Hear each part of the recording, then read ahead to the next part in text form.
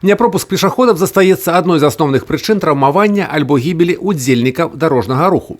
Толькі за апошнія тыдні на тэрыторыі Брэсцкай вобласці адбыўся шэраг дарожна-транспартных здарэнняў, дзе пацярпелі пешаходы, якія перасякалі праезную частку па пешаходных пераходах. Асноўны акцэнт гэтай акцыі ДАІ быў зроблены на выяўленне парушальнікаў правілаў дарожнага руху і мер профилактики. С начала текущего года с участием пешеходов на территории Брестской области зарегистрировано 120 дорожных аварий, в результате которых 21 человек погиб и 104 получили травмы различной степени тяжести.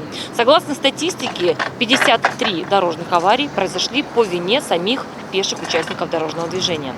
Также с начала текущего года за непредоставление преимущества пешеходам на нерегулируемых пешеходных переходах к административной ответственности привлечено 6696 водителей транспортных средств. Конфликт пешеход-водитель існуе давно. Кто правый, кто виноваты, часто залежит от ситуации. Я считаю, что, конечно, потому что для этого существует, во-первых, этикет, правила и плюс закон. И, во-первых, это безопасность для пешехода и ответственность для водителя. Постоянная практика, жизнь есть жизнь. Сегодня ты водитель, ругаешь пешехода, завтра пешеход, ругаешь водителем. Вот и вся жизнь. Я думаю, что существует конфликт между пешеходом и водителем.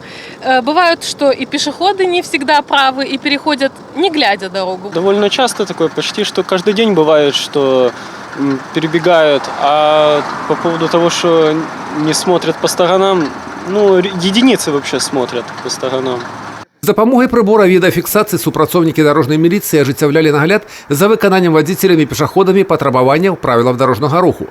Доўга чакаць не прыйшлося, каб выявіць парушальнікаў, як з боку пешаходов, так и водителей. Не пропустил пешеходов, не видел вообще, просто, видимо, устало действует. Сегодня целый день за рулем, ночью плохо спал. Видимо, фактор такой, то что, я думаю, с каждым, наверное, бывает, но слава богу, что ничего не произошло. Толькі за 1 гадзіну работы супрацоўнікаў ДАІ падчас рэйдавых мерапрыемстваў было выяўлена 4 парушальнікі. Штраф за такія парушэнні прадугледжаны для вадзіцеляў да 5 базавых велічынь і да 3 для пешаходаў.